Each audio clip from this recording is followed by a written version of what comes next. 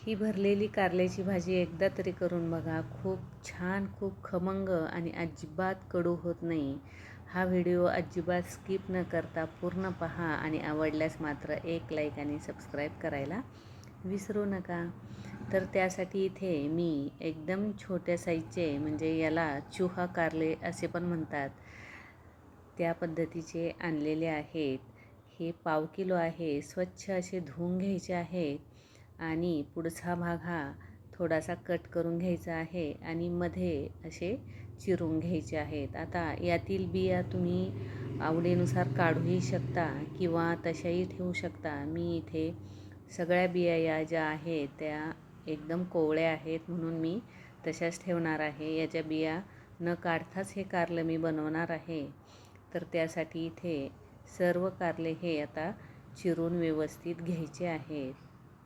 खूप छान असे आणि एकदम कोवळे असे हे कारले आहेत. तर त्यासाठी आता इथे आपल्याला कारले बुडतील एवढं पाणी यामध्ये घालायचं आहे.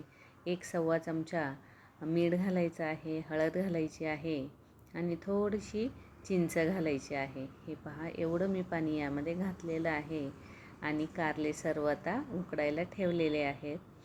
गॅस फुलच ठेवलेला आहे. तोपर्यंत इथे कांदा, कोथिंबीर कापून घेतलेले आहे. थोडासा लसूण आणि भाजलेले दाणे याचा कूट करून घ्यायचा आहे. आता इथे बारीक एकदम कूट करायचा नाही, थोडासा जाडसर करायचा आहे. तर इथे व्यवस्थित असे हे कारले शिजलेले आहेत. 10 ते 15 मिनिट या कारल्याला लागतात. थोडा मीडियम गॅस केला तरी पण चालू शकतं. आता शिजलेले कारले जे आहेत ते एका ताटामध्ये निथळून घ्यायचे आहेत. हे कारले आपल्याला अजिबात पिळायचे नाहीत, तसेच निथळून घ्यायचे आहेत. आता आपल्याला मसाला तयार करायचा आहे. तर त्यासाठी थोडंसं तेल घालायचं आहे आणि तेलामध्ये सुरुवातीला जिरे घालायचे आहेत. जिरे छान तडतडले की त्यामध्ये घालायचा आहे चिरलेला एक कांदा.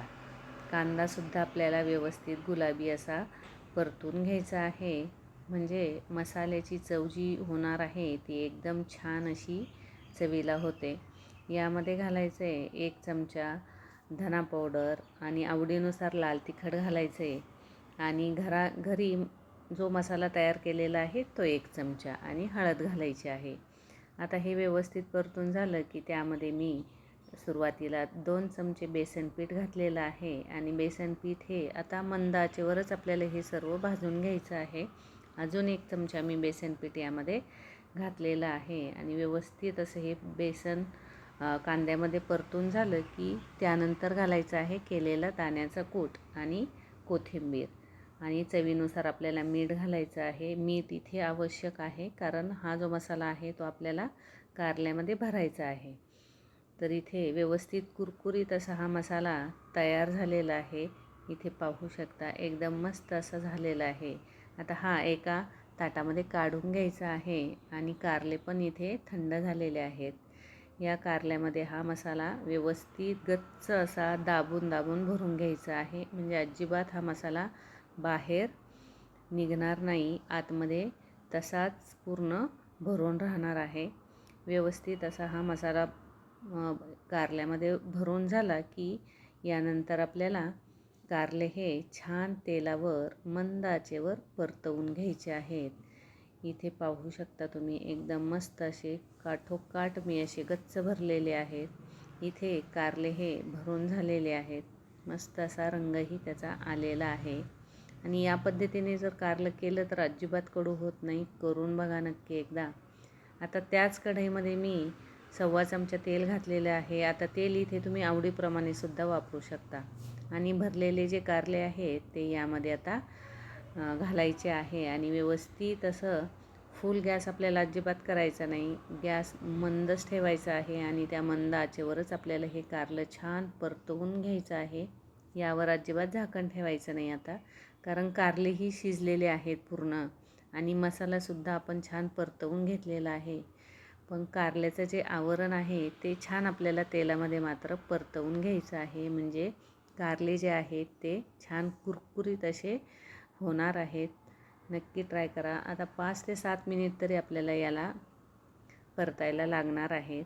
उरलेला जो मसाला आहे तो मी कारले परतल्यानंतर त्यावर घातलेला आहे आणि व्यवस्थित असं परत 5 मिनिट आपल्याला हे परतवून घ्यायचं आहे. इथे गॅस हा बारीकच ठेवायचा आहे. खूप छान अशी ही 2-3 दिवस तरी भाजी सहज टिकली जाते आणि बेसनामुळे याची वेगळीच अशी चव कारल्याला येते. तर हा व्हिडिओ तुम्हाला जर आवडला असेल तर लाईक, शेअर, कमेंट आणि सबस्क्राईब करायला मात्र विसरू नका. आणि हे कारलं नक्की एकदा तरी बनवून बघा.